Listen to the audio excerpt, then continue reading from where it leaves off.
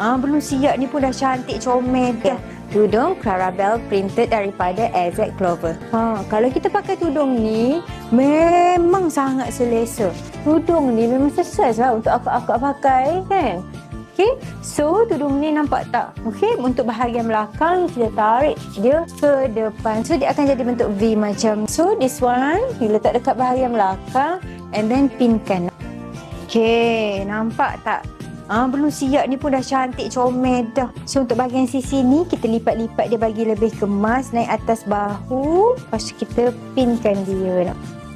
Untuk yang lebihan ni kita lipat sikit masuk dalam. Lepas tu kita pinkan dia dekat sini. Nampak tak? Ni bahagian belakang.